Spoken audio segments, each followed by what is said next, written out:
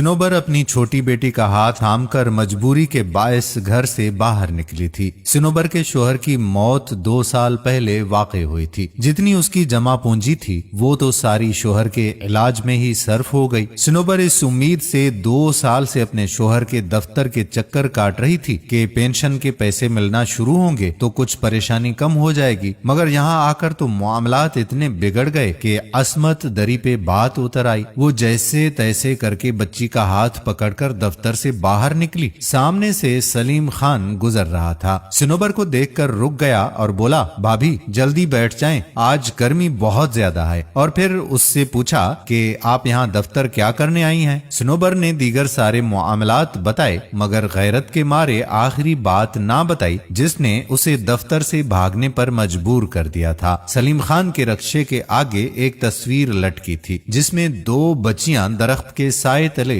बैठी हुई नजर आ रही थीं। सलीम खान के पास उसके बच्चों की यही आखिरी तस्वीर ही रह गई थी। सलीम खान का आबाई घर सियालकोट में था। वो यहाँ कारोबार के सिलसिले में आया हुआ था। एक दिन सलीम खान को इतला मिली कि सियालकोट में जिलजिला आ गया है। सलीम खान ने जैसे तैसे जाने की तैयारी की, मगर उसे वहां पहुंचने में भी 3 दिन लग गए और अमले के अहलकारों ने सलीम खान की बीवी और बच्चियों को मलबे से निकालकर दफना दिया था। जब सलीम खान वहां पहुंचा तो वहां सिर्फ मट्टी ही बाकी थी। वो कब्र पर भी ठीक तरह से ना बैठ सका था। उसकी बेटी उसे शहजादियों की तरह अजीज थी। सिनोबर की हालत देखकर सलीम खान को अपने गुजरे हुए बुरे और तारीक अयाम याद आ गए। सलीम खान बोला, भाभी क्यों इन दफ्तरों के चक्कर काटती हैं? यहाँ इंसान नहीं भेड़ियों की हुकूमत है। और फिर सलीम खान ने कहा कि भाभी आज से मैं आपकी जिम्मेदारी उठाता हूँ। उसने दोनों बच्चियों के स्कूल की फीस अदा की। बड़ी 13 साल की थी और 8वीं जमात में थी और छोटी 10 साल की थी और 5वीं जमात में थी। सलीम खान अब हर हफ्ते उनके लिए राशन भेज देता था। सिनोबर ने सलीम खान को अपना बड़ा भाई तस्लीम कर लिया था और बच्चियों ने उसे सक्का मामू।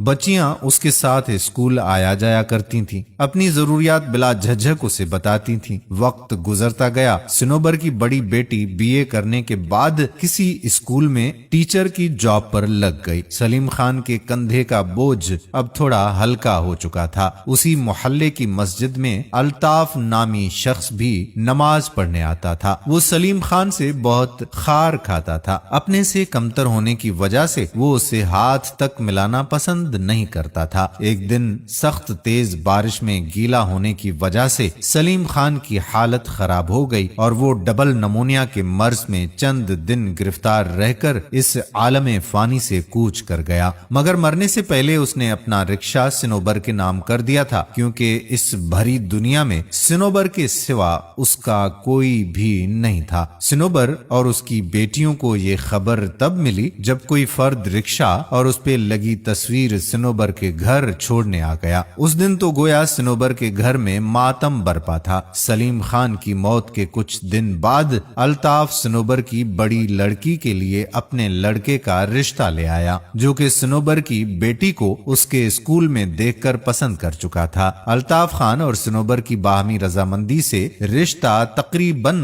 पक्का हो ही चुका था कि अल्ताफ की निगाह सामने दीवार पर लटकते सलीम खान की तस्वीर पर जा लगी, जहां वो 2 बच्चियों के साथ बैठा था। ये देखकर अल्ताफ ने पूछा कि ये कौन है? सिनोबर बोली, मेरा भाई है। ये सुनकर अल्ताफ को गुस्सा आया कि वो गरीब रिक्शा ड्राइवर सलीम खान के यहाँ रिश्ता लेने आया है। सिनोबर को मामले की नौयत का मालूम नहीं था। उसने एक एक करके अपना माजी उसके सामने खोल दिया और फिर बोली कि सलीम खान मेरा सग्गा भाई नहीं है, मगर मेरे लिए सग्गे भाई से बढ़कर है। ये सुनकर अल्ताफ की अकल ठिकाने आई कि जिस सलीम को वो कम तर समझता था वो कितना सुलझा हुआ और नेक आदमी था। वहां से जाने के बाद अल्ताफ सीधा कब्रिस्तान पहुंचकर सलीम की कब्र के सामने बैठा अपनी गुस्ताखी की माफी मांगने लग गया। دوستو محض ہلکے جیب کی وجہ سے ہمیں کسی کو کمتر نہیں سمجھنا چاہیے اور ہمیں بھی سلیم جیسا بننا چاہیے جس نے انسانیت کی زندہ مثال قائم کر دی۔